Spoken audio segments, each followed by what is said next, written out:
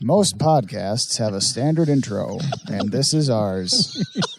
Enjoy. Now we begin.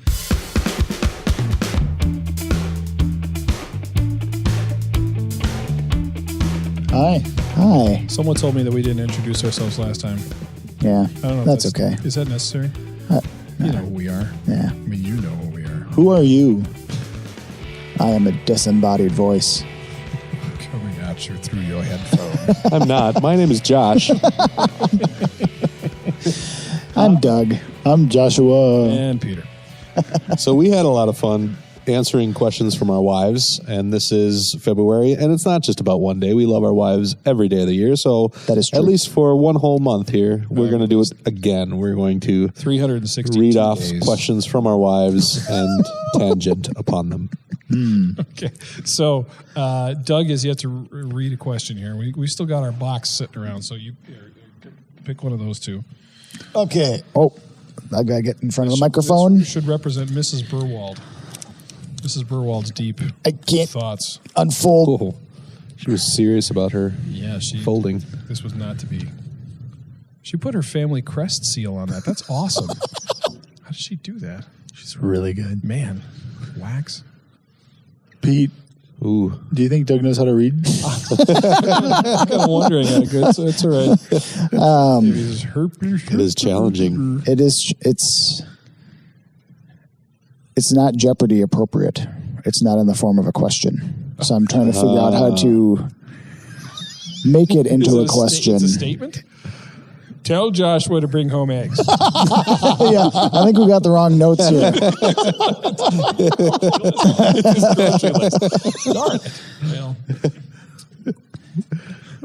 We can tangent on eggs. Oh, okay. I'm sorry. Joy, I'm so sorry because I finally understood it as I'm looking at this. So, group the words together to form sentences. In our counseling, we had no idea Doug what we were getting and into Joy. when we picked these out. This random post-its that our wives threw in here, so we didn't prepare this ahead of time. Just so anybody knows, it's not Doug's inability to read. I promise. It is a little. It is a little. It is a little. Way to take one. The topic. The topic is kids and books / media, and there's some other notes in here like parenting choices, age appropriateness, etc. I think I can tell you where this comes from. Okay. To give us a little background, we were watching Sherlock the other night, which is super cool. One of my most embarrassing moments on a plane. BBC's Sherlock. Oh dear. BBC's Sherlock. Yes. Okay. Josh, I can continue in a minute. Tell us about your embarrassing time on the plane. Yeah, let's do that. I love the BBC series Sherlock, and I was on a mission trip to Colombia and got on the plane coming back and started the series and the plane in my row with my iPad, I think it was, in front of me. And big screen, nice screen, and it's the naked lady one. Oh, yeah. Yeah, so that was so awkward because it was just out of nowhere for it was that like series. episode 2 or something. What is, trying to hide it against my chest. Trying to hide it and trying to watch it.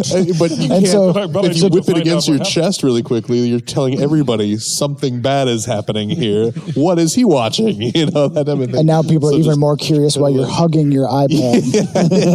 Your iPad to your breast. Yes, I had to close it and then open up, I don't know, probably Dora the Explorer. Final Fantasy Tactics or something like that is what I opened up instead. But yeah, that was, I was completely, that was unexpected. That one episode, I know. It's so, the one episode, because I didn't watch it the whole plane ride down. Right. I was watching it on the plane ride back, so Yeah, I'm sorry. Yep. So we were watching, actually, that was the episode we were watching, oddly enough. Yeah. But I turned away, we'd already talked a lot about we even talked about it a little bit when we did Star Wars, the four of us.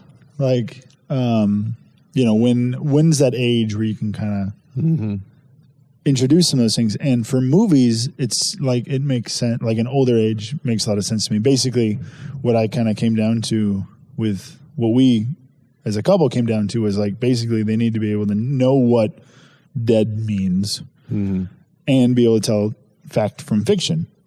And that was where we kind of landed on like movies like Star Wars and that kind of stuff. And maybe it's similar, but I said, when can I read Sherlock Holmes to the kids? Because if there is violence, it's it's Victorian era writing. So like usually there is before the story. Right, exactly. Like somebody's already dead. And it's Sherlock Holmes figuring it out. And most of the action takes place in his apartment. Right. Yeah. So, I think that's what she's looking for, thoughts on when you decided that it was okay for your kids. Like, because I want to share. Sherlock Holmes is super cool, and I want to share that. But at what point can you say you are ready to handle this? Well, it's going to depend on the kid. Yeah. And something like Sherlock is so heady. Yeah. That they probably won't want to watch it until they're older. Well, we're talking about reading it even. Well, reading. Yeah. Well, I remember reading Sherlock Holmes as a kid. Yeah. Go ahead. I remember reading Sherlock Holmes when I was in elementary school. Yeah. Just on my own. Elementary? Elementary, my dear Joshua. I exposed my children to Star Wars when they were probably too young. I mean, I watched Star Wars with them. I watched Lord of the Rings with them. I'd fast forward over certain spots, but I remember Connor loved the beginning of Fellowship of the Ring, the whole Hobbit village and up, to the birthday party. And how old was he when you did that? I want to say he was like 2 or 3, which there's probably some parents just we just lost a bunch of listeners. Out I ain't right listening now. to Doug no more. Parents rolling in their graves. Yes, that is. You have to. you have your. I can't remember how you put it in the fatherhood thing when we talked about that, but your core principles, your core values, you have to apply to your parenting, and then your kids. You make that judgment. You talk it over with your wife, and you make that decision together as much as possible. And that I think the most difficult part for me is knowing that my kids would love something. But worrying that one piece of it is actually going to scare them or hurt them or something like that. Yeah. But like the superhero stuff, I don't know how much I've talked about with you guys, but like Toby especially is very sensitive to bad things happening to families and specifically from a kid's perspective. Yeah. So Jurassic Park, not for him. I don't think he would care. Okay. There. With the kids in peril? The beginning of Superman destroyed him. Oh. I thought he would love it, but just the backstory when he realized the parents put the boy and sent him off the planet and the planet exploded, he knew exactly what happened there. And he just turned to me with tear-filled eyes and said, "Can we stop watching this now?" And I had to turn. I'm totally unprepared for it, and I had to quickly go play something, goofy with him. But that's my boy. He's sensitive, and I love that he's sensitive. He cares about family. It's an important thing for him, and he knew exactly what happened to that boy. And then you're thinking, man, can I watch any origin story with him? It's superheroes. Batman. They all have some. Yeah, Batman. No. Anything. Luke Skywalker. Oh, no. But he didn't react that way. He knew about the Uncle Ben, like Spider-Man thing. Yeah. That is sad for him, but didn't react anywhere near as dramatically as this. And he was younger when he found the Uncle Ben story. Yeah. So it's knowing your kids. Did you watch the Tobey Maguire movies with him? No. He has seen it now, but that's not when he found out about it. Yeah. Yeah. It's so individual and and kids. So there's a lot of really junky kids programming out there that's just stupid. It's just dumb. Yeah. Yeah. And I think unfortunately kids get the short shrift on things with a lot of their entertainment options, especially at early ages. Now there's some stuff that's really, really good. But you really have to be choosy and, not just turn on PBS and hope for the best. Well, Sesame Street's on HBO now, so, That's true. I'm a little nervous that Big Bird's going to get like a heroin what's Oscar doing in that trash can? Yeah, exactly. Yeah, that's, Come back later. A Sesame Street character dies every season. Well, here's my Every episode, probably. Every episode. here's my big issue right now, and I think it goes to what you're talking about, Pete, is the laziness in writing and watching the Clone Wars and things like that. Rebels is a much better show than Clone Wars, but I'm watching it in everything. In order, any kind of sci-fi or superhero or whatever, the laziest thing that everybody does, and it's in adult shows too, is torture. They can't come up with a creative way to get a plot to move along without using torture. It's in everything. It's in kids shows, it's in adult shows, but it's used actually more in kids shows, I think, than in adult because of the laziness of writing. What kids shows are you watching? Clone Wars. Watch. I'm not talking Sesame Street, See, I don't Dora really the consider Explorer. Clone Wars like a kid's show. I mean, it's like an adult show that is basically clean enough to appeal to most kids over the age of 5 to 6. But I don't really consider that like a kid's show. Yeah, I don't think it's not written for kids, is it? Oh yeah, you think so? No, it definitely feels. I mean, as an adult who likes Star Wars, I watched it because it said Star Wars in the beginning. Yeah, so I'm going to probably watch it. Yeah, but it like the way they talk, the situations, like it's an older kid maybe, but it's a kid. Okay. Yeah. Okay. Because I'm just imagining, it's Dora the Explorer, find the red hot poker. And it's usually not that. It's usually some kind of energy force type of a thing. But I mean, I'm on the rack. In The Incredibles, right? They torture Mr. It's Incredible. the rack. It's the rack. Yeah, It's the rack. Once they It's the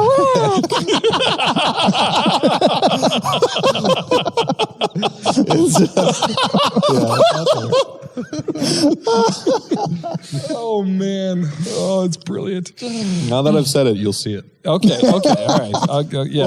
I'll watch for that more. Can we expand that even like what you're saying about kids programming? I feel like anytime something is labeled Christian, we get basically that treated that same way, like entertainment wise. It's like, oh, well, this is made for the faith community, so therefore we don't have to. It's just gotta be that good. Yeah. Well, I think sadly that for much Christian media has had that stigma for a long time.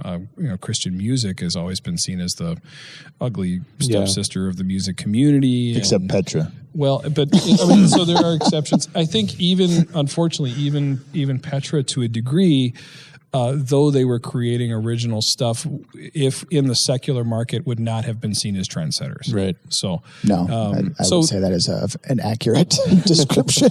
But not to say, that does not denigrate the ministry that they had and the effectiveness of the stuff. And now I always say Christian music is so much better 10 years later, because you can't tell necessarily that it wasn't, it was like 4 years behind. So when you're looking back at stuff that was, I'm listening to stuff that was made in 1988, and it seems like it was awesome. It would have been really awesome in 1984. Do you remember? I can't remember if this is the one you were at. I think this is the one you didn't come to, Doug. I'm pointing at Doug. Mm-hmm. But the Petra concert where John Schlitt, I didn't go to that one. Like left at the end because he decided his voice wasn't good anymore, and then Bob Hartman ended up having to give a sermon on tithing. Oh my concert ever!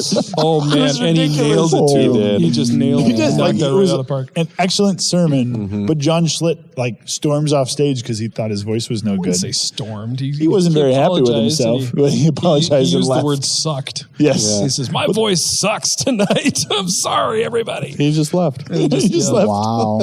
He came back. He sang a couple more songs. Yeah. But then Bob Hartman did a sermon. All right, it was amazing. Like his face was just like, what am I going to do now? I can talk about tithing. The singer just left. Yeah. Wow. Yeah, I wasn't at that one.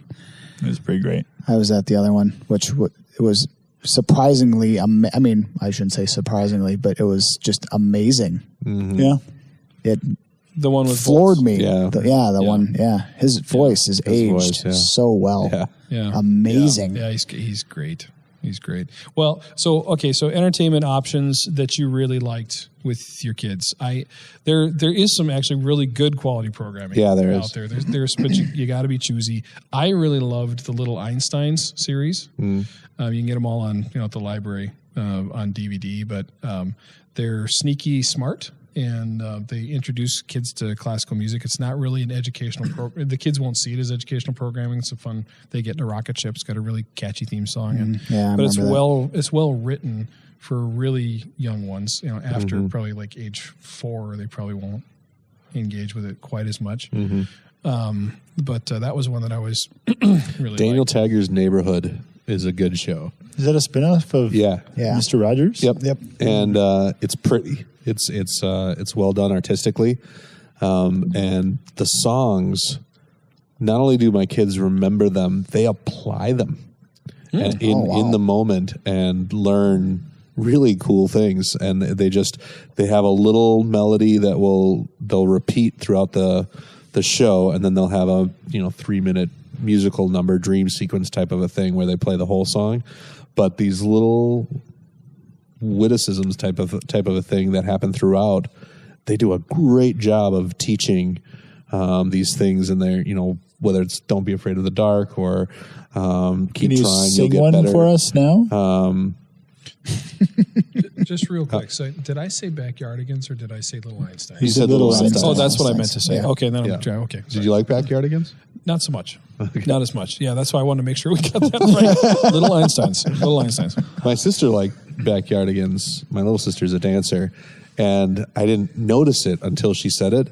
But they actually do proper dance moves. Human choreography. So it's not cartoony choreography. You could actually dance along with them. And I didn't notice till she said that. And now I noticed, and all my kids will dance along with it. The other one that was a bummer that the production quality wasn't great, but it's called Bo on the Go.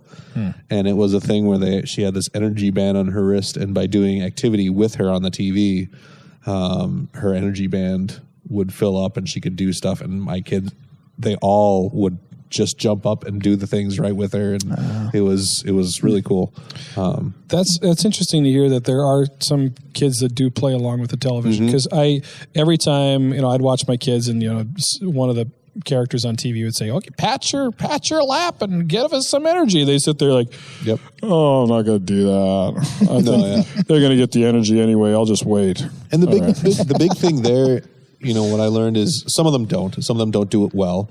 But when the whole point is this, Bo on the go, that type of thing, that's why you watch. Yeah. But the other thing if I got up off the couch and did it, then they thought it was exciting, and then they did it without me. So so it became. You modeled it then. Yep. Yeah. Okay. See, I didn't pat my lap. But I was surprised. I was really surprised at the amount of times I had to do that. There are times when I wouldn't have thought. Playing with action figures, that I just thought, doesn't that just come naturally? That type of thing. But then you get down there on your belly, with the Sesame Street line up, and you have Murray talking, "I'm Murray, and I want to find out the word on the street," and that kind of thing, and playing with all the characters, and then they are super excited and get down right with you, and then they just take over. But I didn't realize I had to model that. That was an interesting find for me. Daniel song, please.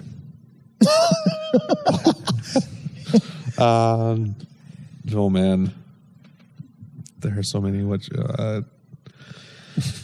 Keep trying, you'll get better. Yeah, something like that. I can't remember. That was really bad, actually. Thank you. Yeah, it was really bad. Yeah. But that's okay. We put you on the spot. That wasn't nice. Josh, I'm not a very nice person. It's true. We'll have to look that up. Yeah. I don't know if that satisfied any questions. Oh yeah, we got that Joy had about. We got Beth's questions we got to get to here. Lay it on us, man. So we were kind of talking media only. Was there anything else we wanted to expand on that? We kind of did media. Well, it's better. Man. You got to know your kid. Got to know your kid, know their maturity level, know what they can handle, just pick stuff that's going to be that's not going to compromise your core values. And I cannot wait for my boy to get just a little bit older because there's many movies that were made in the 80s and 90s that I grew up with and loved. Dark and Crystal. He's waiting. I am. That one creeped me out so much. That's amazing. It's amazing that they let us watch that and the Never-Ending Story in elementary school. Yeah. I mean, giant booby things. Whatever. In the Never-Ending Story. Yeah, that's right. And I'm like, we used to watch that on rainy days in elementary school. I'm like, I don't know what you're giant, and I thought of the rock biter. I just they were giant. Those big statues, with the nakedness and the whole I don't remember. You don't remember that? The Sphinx that their eyes open and the laser bolts come down and destroy the night. Yeah. Right. Man, it has been so long since I've seen that movie. They're standing on opposite sides of a valley. They have to go through there, and they're naked. Yeah, it's somewhat inappropriate for little ones. It's a statue. It's a statue. It's not like a Falcor. Well, and then the horse. Artex. Right. Yeah, dying in the. Yeah. Speaking of that, I would not. Spoilers. Toby would not do well with that. No. All right. I have another question, sorry. Or another topic, I should say. Finding a spouse. Are there soulmates? Does God pick your spouse? How do you go about finding one? That's one way. Joshua. So Joshua just did his mating call. I expect to feel it here in just a moment. Finding on a spouse. The left side of my face. That is an interesting topic. I don't know. I did. I won. We have all found spouses. Yeah. Just one. So do you feel, okay, so I think the gist of the question, do you feel like Christine was made for you? Do you feel like she is the one, or is there a different plan of attack there? Well stated, sir. No, it wasn't really. You want to try Daniel Tiger? Keep going, you'll get better. Flush and wash and be on your way. There we go. There we go. Flush and wash what I just said. We'll be on our way to something better. So I don't know if God picks your spouse. Yeah, that's a good question. That is a really good question. Yeah. I mean, I think, boy, I think God uses whatever happens, but I don't know. I mean, I guess that gets into like a whole theological discussion about, are we destined to meet the spouse we've got? Yeah, well, to have certain kids to do. Didn't think about the predestination implications of that. That is Mm-hmm. possible to spin off in that direction. I mean, yeah, how Calvinist versus Armenian are we going to get in this conversation? And for any of those who don't know what that was, good for you. But way to live your life. Way to live your life and not get caught up in ridiculous stuff that doesn't need to be argued about and wars fought over. Anyway, I mean, I guess I kind of hope that our spouses are picked. I'm floundering in answering this question because I guess I'm thinking of my kids, and would they be on this earth if I didn't have the spouse that I had? Probably not. And what a different world that would be. Mm-hmm. So does God direct that? I don't know. Did God direct genealogies to produce certain people in the Bible? Argument could be made, yes. That's a big question. Yeah, that's a great question. I mean, it kind of looks like he does in some instances. I mean, there's definitely or there appears to be, at least when reading through genealogies, that there is a design and a plan that things sort of run through. But how much of that is because God is the master rerouter of all of our fates? You know? I mean, if Moses didn't do anything, would it have gone to somebody else? And somebody else would have, it would have been a new Moses. It would have been, I don't know, Jerome or somebody. He did something else. Latin Vulgate. Biff. Moses, slightly less burning bush. Why don't you make like a bush and get out of here? That's Biff. And then he was smote. Actually, Biff was the first choice, and he got smote. Then got smote. He done got smote, and then God said, "All right, Moses, you're up." Josh, stop us at any point.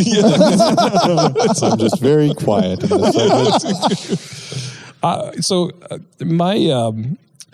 My dad actually shared something with me when I was kind of trying to figure out my life, and this was pre Nancy, but he said that he believes that any two believers who are true, their hearts are truly set on God, and their hearts are truly set on becoming Christ-like, can coexist well in a marriage because their hearts will be in a place of giving and serving as opposed to being selfish in the relationship. So in that he was trying to encourage me and say, don't feel like you're going to miss the boat. And, like there was one that was designed for you. And because he was saying, just keep your heart set on being Christ-like, and that will make you a great husband, and you will be able to have a great marriage if you truly love your wife as Christ loved the church. So that's, I think, in that I've always subscribed to that. I'm not gonna be so arrogant as to say that my steps were not ordered directly to my wife's steps, and then we ended up holding hands and smooching a bit and then falling in love and getting married. I'm not going to be so arrogant to say that didn't happen. But if it didn't happen, I think Nancy would have made a wonderful wife for whomever her husband would have been. So I'm confident of that I really lucked out in that. God made that overlook in St. Paul. Well, see that luck versus providence, right? I mean, I say luck. I thank God all the time that we're married. Yeah, but I don't know. I really do believe that if people's hearts are set right, that a marriage will flourish. Personality conflicts are one thing, and but you can work through that if you're really set on living purely and on serving each other and making marriage not about me as so much as it is about us. That is a good word. Yeah. Thanks, Dad. I'm just passing along wisdom of a prior generation. It's good stuff. It is good stuff. So, what do you guys think? To your point, if you believe that God is ordaining every single step that you're taking and they're taking, you don't have anything to worry about. Yeah. Right? Right. Because then you can't believe that, that was the love of your life and you missed the boat, because you literally couldn't. So there's that. And then on the flip side, if you don't believe that and you mess up with somebody, there's more. So either way, I don't know. That's not an answer, but either way, you kind of win. Like so many, you have the potential for winning. Sorry, not that way. Wow. I feel like I should say something deep here, and I have absolutely nothing deep to say. I think you got it. Yeah. Yeah. It's all good. somebody's taking care of it. Yeah, It's fine. that's true. And but it is interesting to think, like the thing about the overlook, like if God is ordaining, if it was true that he ordains every single step and every single thing ever, that means like he or even ordained those shooting stars to not be seen by Joy, so that I would comment what I did and realize what I was doing and then propose to her in the way I did. So that's interesting. And I think my wife comes at it almost from a, I don't know, you almost want to say it like a morbid side of things, but she thinks about stuff like if she were to pass away, what would happen, and would I just say no? She was the one and only for me, which I believe she is the one and only for me. If she were to pass away, she doesn't want me to be alone. She does. She would love to have a mother for the kids and all of that as well. So that's kind of where she came from. I think in asking the question, and she's thought that through, and she's told me that. She said she would don't ever feel guilty if you fall in love again, and she wanted me to know that, which is interesting. I love talking with some of my patients as they come through and just asking them, how long you been hitched? And it's interesting to me to hear some people who are in their 70s or 80s who've been married for 5, 10, 15 years. And so then I'll ask, more, how did that happen? And I really think it's delightful when somebody is lucky enough to find love twice. Yeah. That is really a beautiful thing. And to have had a great marriage, and that's frequently what I get to hear as a report. I had a wonderful marriage. My husband died at age, I'm just making hypotheticals up, but my husband died at age 52, and then I was a widow until I was 65, and then I found this nice man, went to my church, and we got married, and now we've been married for 15 years. So I think that's just beautiful. Yeah. This is beautiful. But, again, in either incredibly lucky or providential. Yeah. So, I would hope that I would hope that if I were to pass away, which I know Nancy's going to outlive me by 30 years, that I would want her to be supported and be happy and have another, if she would be so blessed as to find a husband even way better than me. That'd be just fantastic. Nothing would make my soul happier than to know that she'd be well taken care of and loved and cherished as much or even more than I do. So that'd be great. But whose wife would she be in heaven? Oh, wow. Oh, that's a good question. Sorry. Had to make a Bible joke. Oh, wow. Now it just got weird. It's in there actually. It's one of my wife's least favorite passages is that there won't be husbands and wives in heaven. That we will love each other in a perfect way, which far exceeds the most we could possibly imagine love while we're here in this life right now. As far as the confines of human relationship, it will be expanded and. I think it's kind of it's a polarizing passage for many people. I love that idea because I completely adore my wife. I do feel lucky. I feel undeserving, and to think that in heaven I'm going to love anybody. I guess is the way the interesting way to say it. I'm going to love everybody, anybody, and everybody more than that. That blows my mind. Yeah. And I love the concept, as difficult as it is to accept.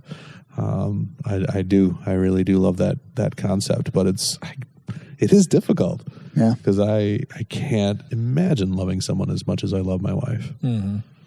Or more. That's what it's saying, is more. Yeah. Right.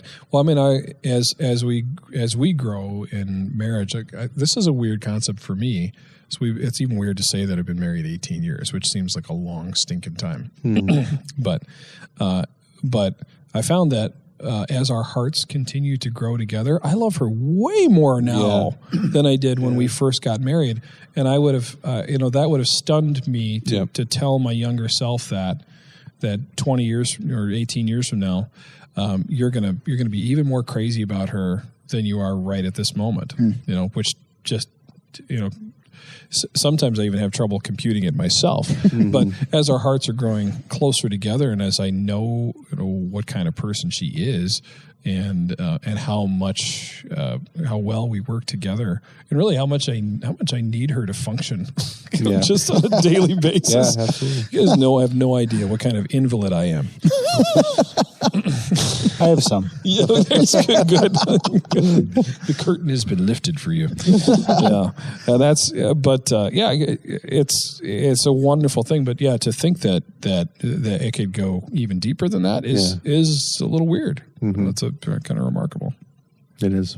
That's kind of. So we've got some reader mail. Yes, we got a gentleman comment from a fine gentleman named Wade Wilson. I'm guessing that's totally his real name. So, comment, love the show. As the world's foremost experts on nerddom, I have so many... No, that's D-O-M, not D-U-M-B. Thank you. Thank you, Wade. We are not nerd dumb. I am nerd dumb in many ways. Back to Wade. I have so many questions that I'd love to get the definitive answers to. In light of the new Batman versus Superman coming out, I'd like to know who would win various one-on-one battles across various nerd universes, i.e. Batman versus the Doctor, Han Solo and the Millennium Falcon versus Captain Picard and the Enterprise, Green Goblin versus the Green Arrow, any other cross-universe conundrums of your choosing. What do you guys think? Anything spring out at you? I mean, the Doctor wins all of it. I mean, this could just go for way too long. Yeah, but hog wild. Let's just go with the scenarios listed there. Okay, so you guys start. Batman versus the Doctor. The Doctor wins. Yeah, that's not even... Why? That's Why just does not the Doctor even, win? Why? Because the Doctor wins. What? The Doctor has time and You can't prove space. a point with its own statement. Now, give me an argument. He has time and space on his side. No matter how much planning Batman would do, because we know Batman would do lots of planning to take down the Doctor. Yeah. But the Doctor can cheat. And the Doctor always lies. He hits the reset button. Plus, from an amazingly nerd standpoint, I have a tough time seeing that battle just because Batman kind of keeps tabs on being able to defeat heroes if they turn evil type of a thing. And the Doctor would take on Batman if he got too big for his britches type of a thing. So it would be difficult for me to imagine that scenario playing out in a way where either one of them would want to attack the other one. That's an excellent point, because if that scenario were to ever come up, the Doctor just Batman wouldn't even be a blip on the radar. Yeah. There's nothing that Batman would do that would like endanger the universe or even Earth. So So the Doctor thinks big. The Doctor thinks big. Yeah. All right. So the Han Solo and the Millennium Falcon versus Captain Picard and the Enterprise. I'm going to tackle this one. It's not even close. I mean, come on. Deflector shields that are constantly breaking down, a hyperspace drive that doesn't take him anywhere. One shot, Picard's wiped the Millennium Falcon right off the map. He's got phasers. He's got photon torpedoes. And Han has got lots of moxie. Look, Neil deGrasse Tyson, okay? Yeah. Right. Han Solo, assuming we're not in a race, because obviously the Enterprise is much, much faster. Yeah. Han's got guile. Picard has no like guile. From Street Fighter 2? Yes, exactly. With awesome hair. Exactly. Just hanging out in back. Saying Han at least has a fighting chance. This is not like the Doctor versus Batman. This is like... Han has helped blow up at least 2 Death Stars that we're aware of. Yeah. Well, as far as I know, the Enterprise, in all of the years that we watched, it does not have a big secret button, a self-destruct button. Does it? Except in Generations when it was taken down by one bird of prey. Yeah. That's true. And what I would say for my one off here on this one is that it would be the best star fight in Star Trek history because the Millennium Falcon actually does attack and use the Z-axis in space, which is amazing, as opposed to the climactic scene of one movie in Star Trek. In Star Trek 2. So it would be cool to see the Enterprise fight like that. Like there's the one shot where all the starships are attacking the Borg cube, and that's happening in all sorts of range of motion and everything happening on there. But instead to see an actual dogfight, attack method that Starfleet typically employs. Yes, exactly right. Yeah. All right, Starfleet. All I know is Star Wars. I mean, I know a little bit about Star Trek, but I defer to you, gentlemen. Okay. Well, I'm right on that. Anyway, moving on. It's been decided. Green Goblin versus the Green Arrow. I have no opinion. I don't know enough about the Green Arrow. Dude, our nerd cred is way low. Yeah, I know. I'm going to go Green Goblin because I've heard of him, so he's obviously cooler. I mean, being, he was in Spider-Man with the, flying around. When he was played by such a weird-looking dude whose name I can't remember. Willem Dafoe. The fact that he is a nemesis of Spider-Man, I would go with Goblin for sure. Because Arrow's not super powered. No, he's not super powered. He's more like Hawkeye. He's the common thing is he's the poor man's Batman. Oh, he's rich. Yeah, he can afford an incredible. He's a great fighter, but he's not even anywhere near as intelligent as Batman. But he just has all these toys. Yeah. So I would go with Goblin. Okay. So thank you, Wade Wilson. Appreciate that. Keep sending your questions in. We'll do our best to massacre them as only we can do, probably. But anything else you guys want to add? No. All right. Love it. Love you, Wade. You're gorgeous. Dudes, we have to stop. It's time. Yeah. All right. Wah, wah. Somebody do the Pac-Man died noise? Nobody? Oh.